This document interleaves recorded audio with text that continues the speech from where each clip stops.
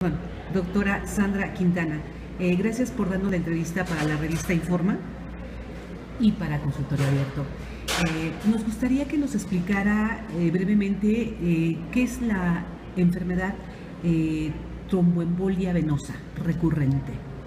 Yo creo que la enfermedad trombólica venosa incluye dos patologías, también conocida como tromboembolismo venoso, pero nos incluye dos enfermedades, que es la trombosis venosa profunda y la embolia pulmonar. Esta es una enfermedad que es en el mismo contexto, que este trombo que se forma o coágulo está formado en un lecho venoso, en la vena, pero que no debería de estar. Aunque un coágulo se forma cuando nosotros nos cortamos o que tenemos una cirugía, este es un coágulo o trombo que se forma donde no debería de estar.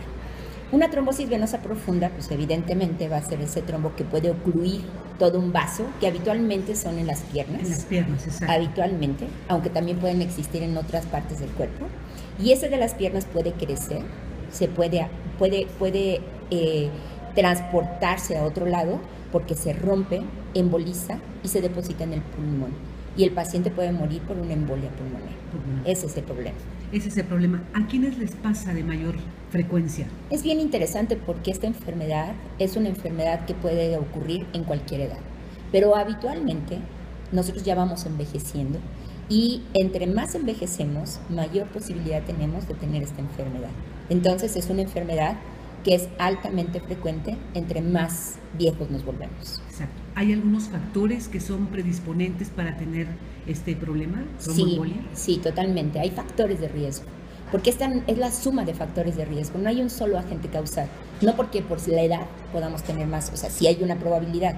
Edad mayor de 40, ¿sí? Pero también tenemos otras, como por ejemplo puede ser el embarazo, puede ser un paciente con cáncer, puede ser un paciente que está en cirugía, puede ser un paciente con viajes largos, puede ser un paciente que tiene una enfermedad inflamatoria intestinal, puede ser un paciente que tenga obesidad, puede ser un paciente que tenga tabaquismo y además tenga otros problemas de hipercoagulabilidad, como le llamamos, trombofilias hereditarias. Entonces son muchos factores de riesgo.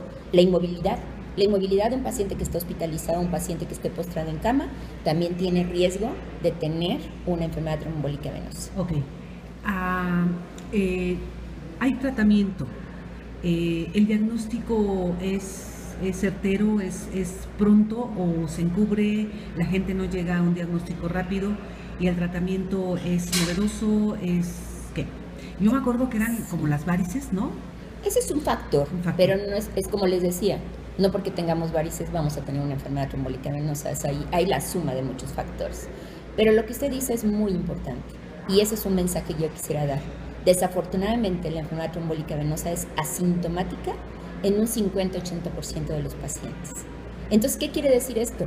Que nosotros como médicos debemos de tener esa sensibilidad, de tener esa probabilidad clínica de demostrar que un paciente puede tener esa sospecha de la enfermedad. Cuando tenemos sospecha, y si tenemos esa sospecha, y si el paciente no tiene factores de riesgo que contraindiquen la anticoagulación, entonces deberíamos de dar un anticoagulante como tal.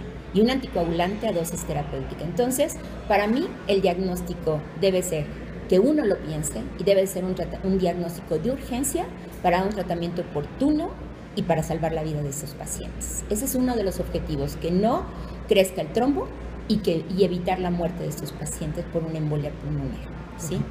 ¿Ustedes en Bayer hacen este tipo de investigación para este tipo de anticoagulantes? Sí. De hecho, hoy la piedra angular de los pacientes que tengan una enfermedad trombólica venosa, una TBP o una embolia pulmonar, o tiene ambas patologías que puede llegar a suceder, obviamente, hay que dar el tratamiento anticoagulante oral, ¿sí?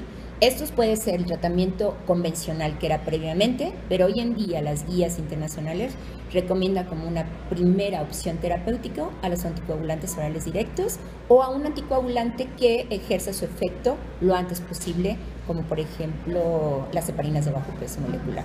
Pero hoy los anticoagulantes orales directos de bajo peso molecular. Okay. Y hoy la primera opción debería ser los anticoagulantes orales directos como Rivaroxaban, que está demostrado, por ejemplo, en el laboratorio. ¿Qué podemos hacer para prevenir que no nos dé esto?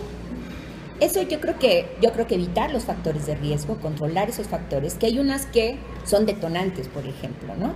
A veces no podemos contra la edad o no podemos contra algunas otras situaciones que finalmente, bueno, pues van, porque son provocadas por el envejecimiento de nuestro organismo. Pero sí podemos prevenirlo. Y podemos prevenirlo dando prevención primaria con anticoagulación. Y otra de las cosas, a veces movernos. Si estamos inmóviles, hay que movernos, hay que hidratarnos, hay que activarnos. Exacto. Es tiempo de movernos. Sandra Quintana, hematóloga, le agradezco muchísimo que nos pudiera explicar sobre esta enfermedad para la revista Informa y también para Consultorio Abierto. Sí. Muchas gracias. No, gracias.